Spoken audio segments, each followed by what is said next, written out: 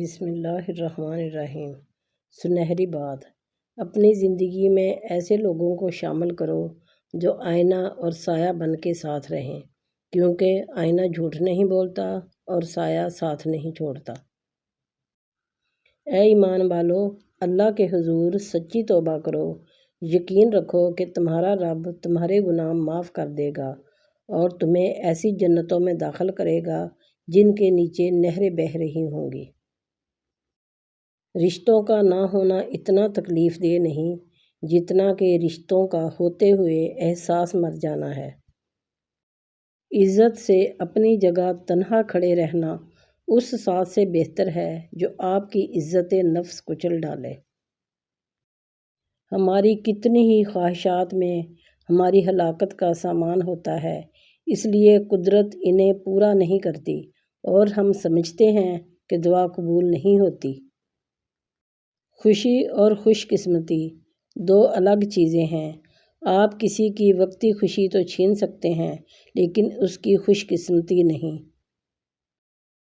غیرت مند انسان ہمیشہ اپنوں کو مضبوط کرنے کی فکر میں رہتا ہے اور بے غیرت انسان اپنوں کو ہی گرانے کی فکر میں رہتا ہے۔ نماز اتنی ہی ضروری ہے جتنا کہ جینے کے لیے سانس لینا ضروری ہوتا ہے۔ اللہ پاک ہمیں سجدوں کی لذتیں عطا فرمائے، آمین۔ منفی سوچ غلط نمبر کی اینک کی طرح ہوتی ہے۔ ہر منظر دھندلا، ہر راستہ ٹیڑھا اور ہر چہرہ بگڑا ہوا ہی نظر آتا ہے۔ جل جاؤ خاموشی سے کڑی دھوپ میں، لیکن اپنوں سے کبھی سایہ دیوار نہ مانگو۔ مطلب کی کشتی پر سوار لوگ بہت جلد مخلص لوگوں سے بچھڑ جاتے ہیں۔ صدقہ ہر بلا کو ٹال دیتا ہے۔ اللہ کی راہ میں خرچ کرنے والا کبھی محتاج نہیں ہوتا۔ مشکل وقت میں ہمیشہ دعا مانگو۔ جہاں انسان کا حوصلہ ختم ہوتا ہے وہاں سے اللہ پاک کی رحمتیں شروع ہوتی ہیں۔ ربی لا تذرنی فردا وانت خیر الوارثین، یا رب مجھے اکیلا نہ چھوڑیے اور بہترین وارث تو آپ ہی ہیں۔ یا اللہ بس اتنا کامیاب کر دے کہ میری نماز کبھی قضا نہ ہو، آمین۔ جس شخص نے محمد صلی اللہ علیہ وآلہ وسلم پر اور آل محمد صلی اللہ علیہ وآلہ وسلم پر درود بھیجا، گویا اس نے ساری دنیا کی بھلائی اکٹھی کر لی۔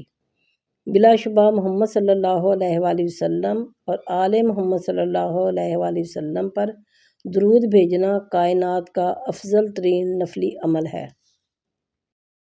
اے ایمان والو، اللہ سے ڈرو اور سچے لوگوں کا ساتھ دو۔